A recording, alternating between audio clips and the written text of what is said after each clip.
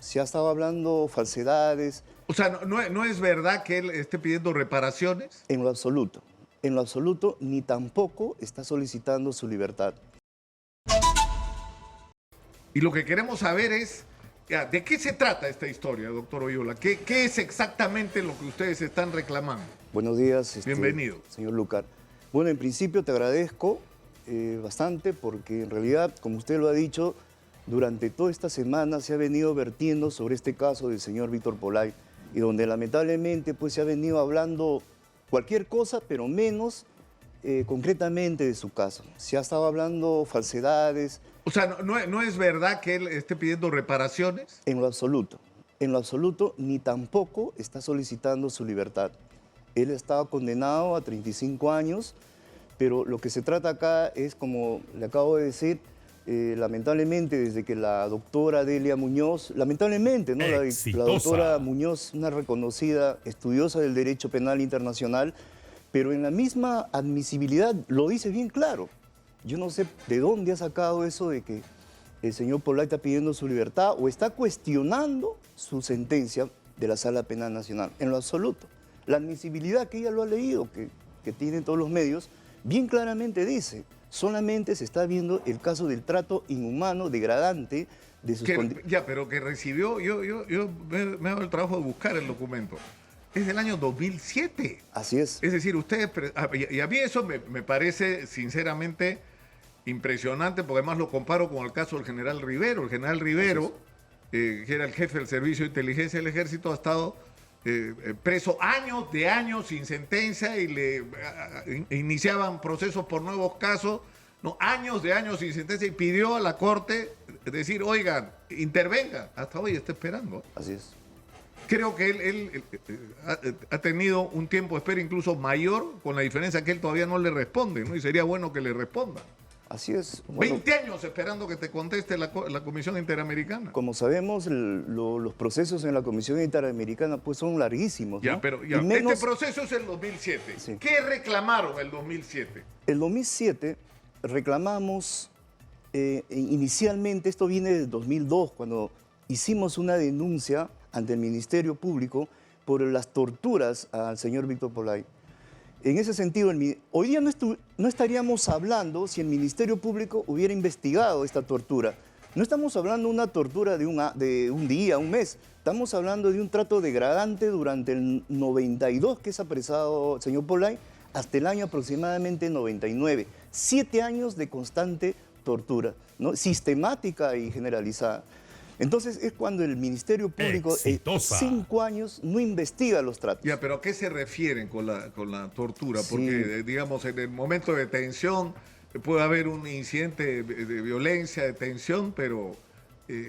Claro, miren, ¿Qué es exactamente a lo que se refieren ustedes cuando dicen tortura? no olvidemos que en el conflicto armado interno la tortura fue sistemática y generalizada por el Estado. También no vamos a negar que también ha sido por los grupos subversivos, pero en su mínima expresión. Lo que pasa es que la mayoría de las torturas han sido más que todo en el momento de la captura. Pero el caso del señor Polay es distante. Como le digo, es una tortura... Ya, pero por ejemplo, ¿en qué consistía? Por ejemplo, ya, porque pienso... se ha quejado, no solo él, de que el centro de detención de la base naval era...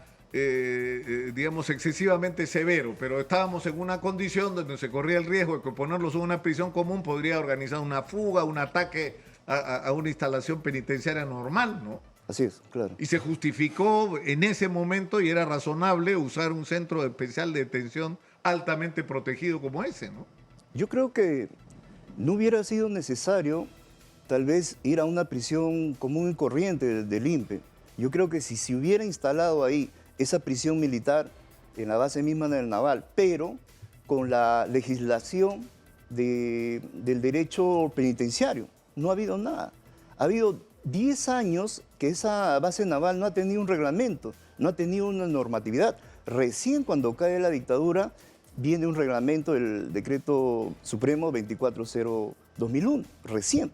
Pero ahí nadie podía ingresar. Es más, en las pruebas en este expediente, que ni siquiera se han tomado la molestia de leer, que está todo en el expediente, en las pruebas tenemos, por ejemplo, los informes psiquiátricos de la Cruz Roja Exitosa. Internacional. Contundentes informes psiquiátricos que le dicen al Estado que retiren a los detenidos o abran una prisión especial, pero bajo el mando del INPE. Tenemos informes de la Defensoría del Pueblo. Ahí está. Nadie va a negar que el defensor del pueblo aquella vez, Santisteban, de Noriega, hizo unos informes que en la base naval se estaba cometiendo actos de tortura. Pero yo insisto, ¿a qué se referían con tortura? ¿Lo golpeaban? ¿O se refieren a tortura en el sentido de las condiciones de aislamiento, al no recibir visitas, a la cantidad de horas que permanecían Mire, encerrados contra los momentos que le daban para... Sería larguísimo, si usted me permite decir, de estos 8 o 9 años de tortura. Cuando lo apresan a Víctor Polar, lo llevan a Yanamayo. En Yanamayo, las torturas empiezan en Yanamayo.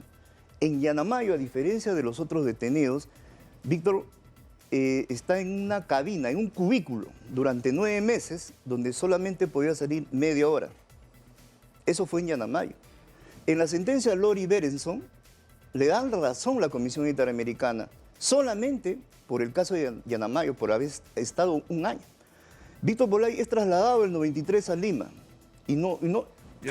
Fíjese usted, una de las pruebas, disculpe usted, una de las pruebas es, por ejemplo, cuando en el traslado de Puno a la base naval del Callao, el señor Fujimori, y él mismo lo dice, esa prueba, él mismo lo dice, que lo quiso aventar del avión. Sí, recuerdo el incidente cuando ¿No? dice que se orinó. Se orinó cuando dijo, ¿no? Es más, en la sentencia de Fujimori, en el proceso de Fujimori, el Ministerio Público agrega como prueba de que el señor Fujimori estaba acostumbrado a torturar a los detenidos y agrega a ese expediente ese incidente. Ya, ¿no? pero entonces, Exitosa. digamos, lo que ustedes están reclamando, si nos entendemos, es un proceso que se presentó ante la Comisión Interamericana el año 2007 y donde lo que están diciendo es, ha sido sometido a lo que ustedes llaman torturas, a maltratos, a condiciones carcelarias inhumanas. Ya, y eso tiene responsables y tiene sanciones, pero en ningún caso eso podría significar que el Estado peruano le tenga que pagar una reparación o, peor aún, que el Estado peruano lo tenga que liberar. En lo absoluto. Eso no está en Eso discusión. no está en nuestras pretensiones. Y además, volvemos a decir, toda esta semana se ha hablado, no hay ningún caso donde la Corte Interamericana haya indemnizado a algún condenado por terrorismo. No hay, en lo absoluto. Y además, me lo ha comunicado el señor Víctor Polay estos días, que jamás aceptaría eso, porque él es consciente de los actos también que han hecho eso, ¿no? Solo está reclamando que se le haga justicia de estos tratos durante... O sea, 8 él años. acepta su sentencia de 35 años. Por supuesto, él ha aceptado. Mire usted, han hablado barbaridades y falsedades, si usted me permite, con respecto a que él nunca pidió perdón o reconoció sus actos que hizo en el conflicto armado.